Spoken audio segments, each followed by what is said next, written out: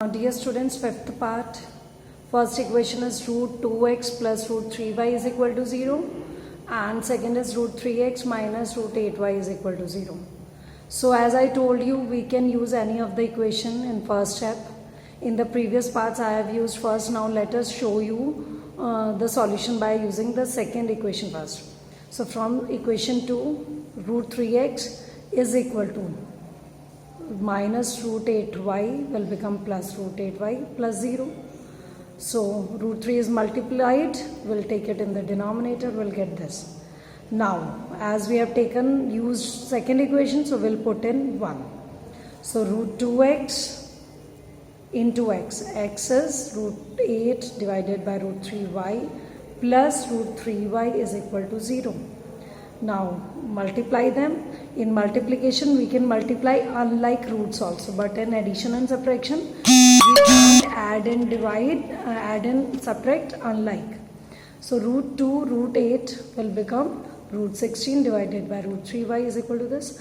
Now let us take the LCM, and root 16 is 4y. Take the LCM root 3, 4y plus root 3 into root 3 is 3y.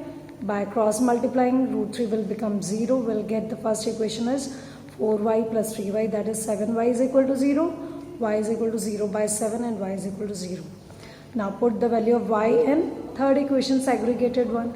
So root 8 by root 3 into 0 is 0.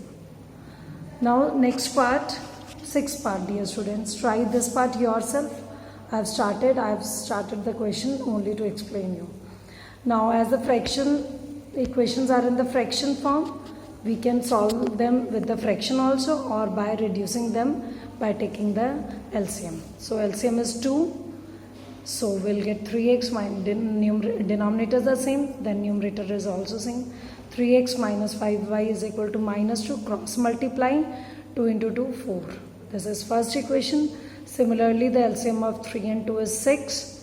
2x plus 3y is equal to 13 by 6. Now I have cancelled them out because this 6 is in the whole left hand side. If 6 lies at the bottom of only one term, we can't cancel them. But it is lying in the bottom of the whole left hand side, and this is for the whole right hand side. That's why we have cancelled it out. Or we can cross multiply them and then we can cancel. So the second equation is this. So write down the two equations. Now use substitution method, either use first equation or second. Get the value of any one variable, then put it in the second to get the solution of the other variable. So dear students, I hope the method is clear to you. Complete this question in your notebook and start trying the statement questions also, because for statement questions the concept will be same. First reduce the statement questions. Into the equations. As I told you the way to convert, then start solving them by the same substitution method.